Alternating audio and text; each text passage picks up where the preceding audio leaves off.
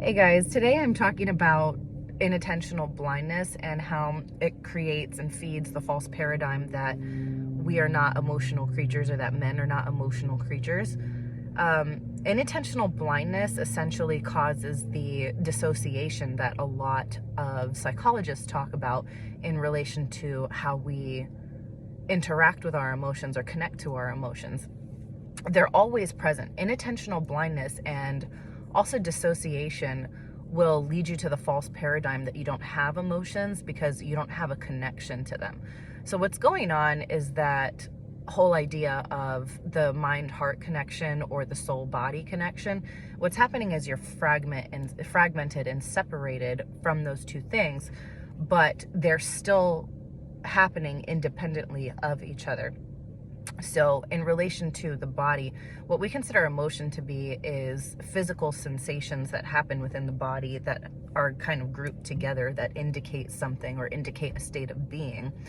And when trauma kicks in when you're younger, so I guess this all the time, everything relates to childhood trauma or adverse experiences or things that typically happen in young adulthood. But when you're being cultivated, you're learning how to dissociate from that experience. But it's not that it doesn't continue to take place. It's just that your attention goes elsewhere when it's happening. So you believe in your mind that it's not happening because your focus and your attention is somewhere else while those sensations are occurring. So you minimize the actual feeling of them, or you minimize the identification with it when it's going on. When you are conditioned out of emotion when you're a child, like a lot of psychologists talk about, it's not that those emotions aren't happening, it's just that you put your focus and your mind somewhere else when they're going on as a survival mechanism in order to distract yourself, right? So the idea, it's the same thing as Child Gambino is exemplifying in the This Is America video. It's all the violence and all the crazy things happening in the background, but we're being distracted with dance and entertainment and lyrics and all of that good stuff, you know? So you want to think of your emotions the same way. Your emotions are all of that stuff playing in the background, and then your dissociation from it or your inability to identify with it is due to all of the distraction that's playing in front of it. So that is a survival mechanism that happens when you're younger, to where you can put yourself in the mentality that this does not exist, because what happens is the emotion is so negative, or the emotion is so unbearable, that you have to put your attention and your focus elsewhere, and you have to distract yourself. And that is what dissociation is. So that way you don't experience it while it's going on. But as we know, you know, when that sort of situation is happening, the dissociation is happening because that emotive experience is happening also and is so strong. And when you cannot handle it, you check out from that experience. So you pull your focus and your attention or your consciousness from that experience and you put it somewhere else, but it's still playing. You wouldn't be able to go somewhere else during this experience unless this experience had a duration and was actually going on. And because you are connected to that experience and you are connected to your body, there's still a piece of your consciousness attached to this experience. And that part of your consciousness continues to grow and expand, and that emotion continues to grow and expand until you confront it. So when it comes to dissociation, or when it comes to people who say that they are not emotional, the opposite is actually true. You are so emotional, or your emotional experiences are actually so big that you have to have a higher level of distraction for your consciousness in order to escape the grandiosity of that emotional experience. So the more apathetic somebody is within the context of these matrix systems, or the more non-emotional or emotionally detached somebody is, the more emotional underneath the surface they actually are, the more sensitive under the surface they actually are. So it's just a bigger and bigger distraction and a bigger and bigger lie to distract from the fact that you are incredibly tied to something emotionally, because it's a form of dissociation. And inattentional blindness is exactly what does that. You know, there's the Psych 101 video. I watched this in high school. I'll try to find a link to it and maybe provide that video under the description in this. to give you guys a visual of this, and I'm gonna put a link to the Childish Gambino video, and if you watch it in the framework of emotions versus dissociation, that'll give you cool image. That will give you cool imagery as well. But with this experiment, there are a bunch of basketball players and they're throwing balls all over the place. And in the experiment, they ask you to focus on, I can't give everything away, but they ask you to focus on how many basketballs are being thrown. And you try to count that, and then it goes back and shows you something at the end of the video while you're counting these basketballs and trying to figure out how many of them are being thrown. And it shows you something about the basketball players. I won't give it away. I want you guys to watch it. Some of you guys probably already know this experiment.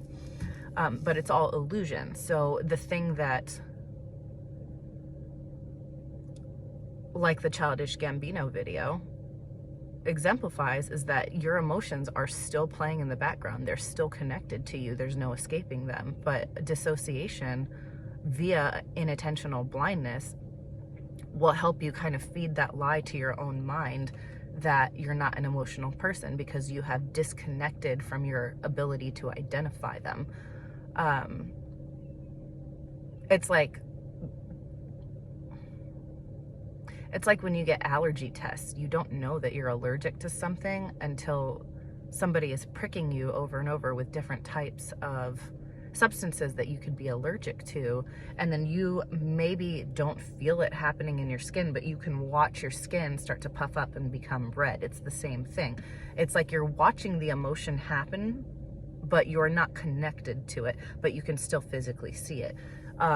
With dissociation and inattentional blindness, this is what happens emotively as well. You learn how to dissociate from the sensation while it's taking place, but that sensation is still present and you're still looking at it, but you're not able to feel it. So you disconnect your heart space from what is going on, and you push that energy up into the ego mind that will convince you, you know, that thing is not even there because your inability to feel it, but it's still present. We see this all the time in arguments. I've seen this in YouTube comments and Instagram comments with all this crazy war that's happening between the men and women, right? People talk about the fact that men are equally emotional, right? So this is where abuse and things like that come in. You know, I'm sure this is triggering material. I'm a woman who has been through these experiences, but when it comes to abuse, it is typically underlying rage and the loss of power that brings out the shadow form of it. In, you know, from my experience, I'm going to talk about male and female violence because that is what I dealt with. I don't have experience in other areas. But when it comes to the disempowered male, that is coming from a place of trauma, of loss of power and rage and the inability to speak and all of that, which is a very emotional based experience because it's all anger. Anger is a very deep, very low vibrational emotion. And because the man does not identify and treat that issue, it comes out as shadow power over the woman that he ends up hurting. You know, and I'm sure this can happen vice versa with women to men, etc. But again, that is my personal experience. So when it comes to the disempowered person, it is a rage-driven action. And this is where we see war and violence and stuff in the world as well, and just disempowerment that happens in day-to-day interactions with people or from government to citizen, etc. You know, that is coming from a place of rage and disempowerment and the shadow version of trying to retake that power over something in a very dark form. And this is a very emotional experience, but we will say that, you know, it is masculine ego, or it is, you know, making utility of a person, and to a degree that's true, but that happens because we're pushing the energy away from identifying and looking at the underlying emotion underneath it and convincing ourselves that there is something else there that is non-emotive driving the action, when it's really the unresolved rage a lot of the time for a lot of people, or the frustration that comes from that drives arguments and you know, toxic cycles of abuse and toxic language when people are attempting to communicate within relationship, right?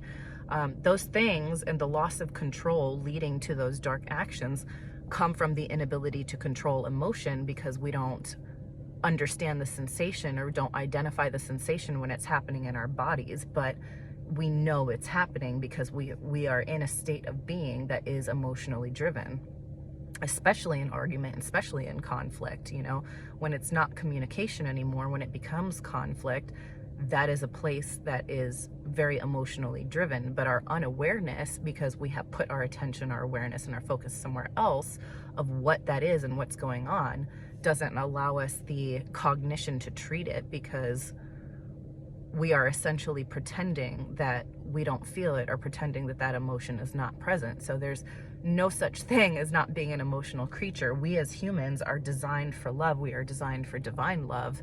And there is no way, I mean, obviously you can do it because humans have done it, right? But there is no way to actually make the claim, even logically, that everything we do is not emotionally driven. We have the logic brain there to help us observe and navigate when it is happening and create the correct or the most useful response in a way that creates harmony. But we are meant to be emotionally led. We are meant to be sensitive to our world, which means of the senses, or able to sense or able to feel. That way we can actually navigate properly what is going on here. And what inattentional blindness does is says, you know, I'm not going to be sensitively led. I'm going to ignore those things and pretend that they are not there. And then we attempt to be led by the ego when, as even, I think even Dr. Joe Dispenza says this, you know, the magnetic attraction of the heart is like 500 times stronger than the brain. So it will, the energy of your heart space and your senses will continue to fight for dominance no matter what. And the more you try to ignore it and the more you drive yourself into ego brain, the more your heart space is going to fight for control and fight back against you. It's the whole idea of what resists persists. And it's going to keep reminding you with actions and, you know, the failure that comes from that, or the discomfort that comes from that, that any action that is not led by me will not lead to your happiness. And this is why people who can't be led from their heart space and who can't be sensitive end up, even if they are outwardly successful, end up very miserable at some point in life, because it's like the pirate's tale from Pirates of the Caribbean, The Curse of the Black Pearl. When you suck the life and emotion out of everything, everything is an object, everything is lifeless. So you can be surrounded by matter without feeling, or sight without sense, and that is a very miserable experience. So the more you try to have sight without sense, which is what dissociation is, the more your heart space reminds you, like, no, you're supposed to feel things. You're supposed to be sensitive and connect to the world around you instead of just watching it passively, which is what a lot of outwardly successful people do. That's why they say money can't buy happiness, because when you don't treat your connection to the senses, or your ability to identify the senses that was taken away from you in childhood, the more you just accumulate matter, and the more you realize you can't feel that matter. You can physically touch it, but you can't feel it internally, so you feel dead inside, you know?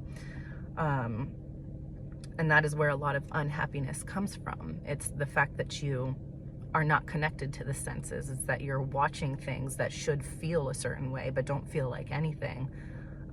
Because that impulse or the connection from the heart space and the head space are not intertwined or integrated with each other. So I just wanted to touch on that so we can remember and we can understand that we are emotive, sensitive beings, and the logic of the brain is only there to regulate that experience and to feel that sense and use it in a productive way, whether we consider it to be a positive or negative emotion. So the longer you attempt to convince yourself that you don't feel things, the more unhappy you're going to be. Just a cautionary tale. And if you want to learn how to connect to your senses, being in the body and somatic experiencing and disconnecting from thought, things like that, but anything that is going to drive you into the body, sensation testing and sensory experiences, like when you go to the beach and you stick your feet in cold water, automatically draws your attention to those things, or getting a massage, things like that. And those are simple solutions, of course, and they're not going to solve everything, but making a habit out of trying to learn how to be back in the body and feel sensations. And then when you feel dysregulated, or when you know you're not happy, taking a second to stop and breathe and figure out what is going on in your body. Do I feel hot right now? Do I feel cold? Do I feel like my heart is racing? Does my stomach feel upset? Those little indicators are always linked to a feeling state. So when you learn how to identify your body sensation first, it will help you begin to identify the emotion, and then you're able to connect with it a lot better, and you're able to reconnect what experiences are triggering that.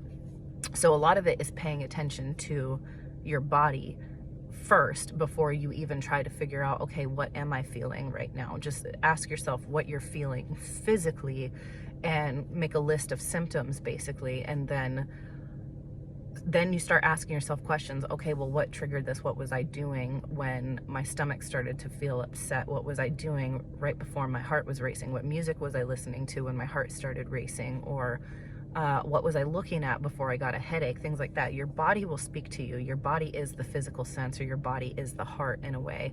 And for all intensive purposes, because your consciousness is the focus, the attention, and the associator of, you can use that to connect back to the body. And once you start to integrate that, you will start to increase your senses and increase your emotive experience in the world.